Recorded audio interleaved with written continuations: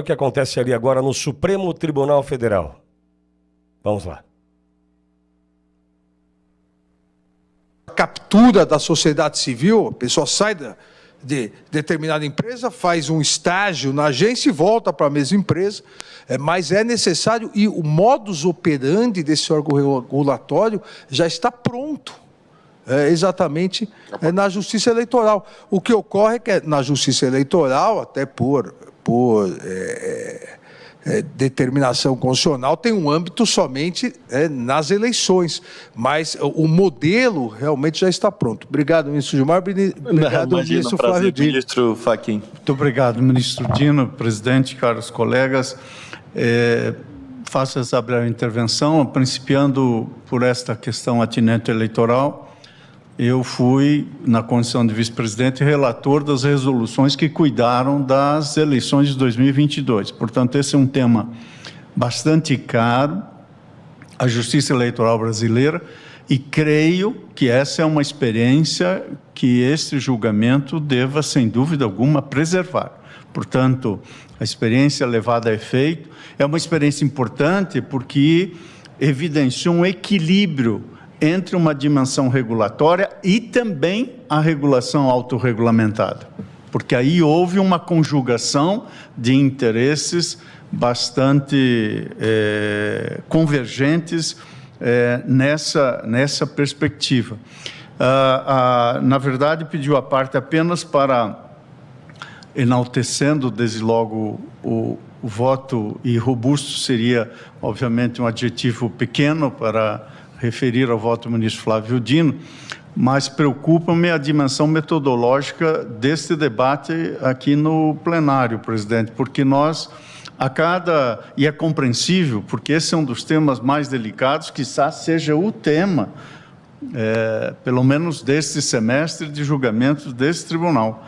E a cada formulação de tese, eu anotei pelo menos 10 pontos para discutir a partir do que eu ouvi do ministro Flávio, é isso que ainda não li, mas só do que... Eu vou entregar em seguida. Isso, como logo é no em seguida. futuro... Que falta só um item, na verdade, da minha tese. E, portanto, presidente, eu imagino que talvez eu teria inúmeras observações sobre inúmeros pontos específicos que agora não farei, mas eu imagino o desafio metodológico que nós temos para poder, inclusive, concluir esse julgamento, porque nós estamos no terceiro voto, quarto voto, quinto voto, portanto não chegamos à metade ainda. Mas olha, eu estou tabulando todos os votos e acho que nós vamos conseguir, que o Rawls chama de consenso sobreposto.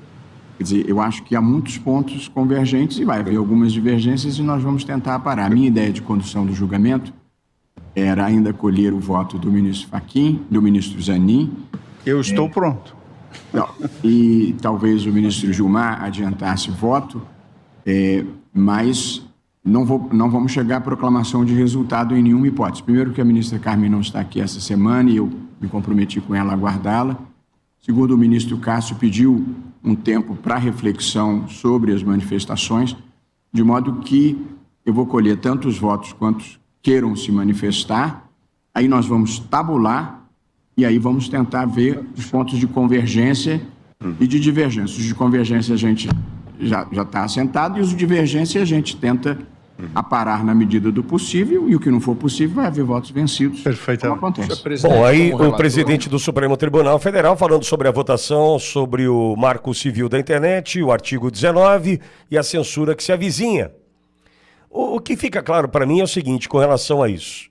A internet chegou, eu vou contar uma história rápida aqui, Donato, e vou fazer uma analogia às gravadoras. Eu trabalhei em duas multinacionais, trabalhei na Polygram, trabalhei na Sony, isso nos anos 90, e quando eu saí da gravadora, da Sony, começava a internet. Logo depois, um álbum do Lulu Santos chamado Hiperconectividade, inaugurou a questão da conexão à internet, né, para a gente poder, através de um CD-ROM, acessar a internet, ter acesso à música, enfim, muita novidade ali. Isso há aproximadamente 29 para 30 anos. E naquele momento, para quem já acompanhou aquele filme que conta a história do Spotify, a gente percebeu que as gravadoras não deram a mínima para a internet. E, por exemplo, a função que eu exercia, hoje eu acredito que já nem exista mais, porque eu era responsável pelo que a gente chamava de promoção de marketing, que era levar músicas, CDs, vídeos, matérias, tal, para as emissoras de rádio, TV e jornais, Estado de São Paulo. Isso aí hoje não precisa mais, eu dou um clique, o artista lançou a música às 2h43 da manhã em Butão, tocou aqui no rádio, no meu horário. Não tem mais dessa, né? Essa história de... A internet acabou com qualquer distância aí. Qual foi o problema das gravadoras? E você vai entender a analogia. As gravadoras não se entenderam com a internet e desprezaram, justamente pelo tamanho que tinham. A vaca era muito gorda, amigo. Eu digo dessa forma. Sabe aquela vaca que não para sobre os pés? De tão gorda que era, muito dinheiro, dinheiro, dinheiro, venda de disco, venda de show, venda disso, direitos autorais, muito dinheiro. Ok. Quem é que hoje fala de gravadora? Acabou. Você fala do Spotify, você ouve no Spotify, ouve no Deezer, ouve no Apple Music, ouve no sei onde. Esses caras olharam para o negócio e entenderam como aproveitar da internet para prosperar. O que esses caras aí estão me dizendo?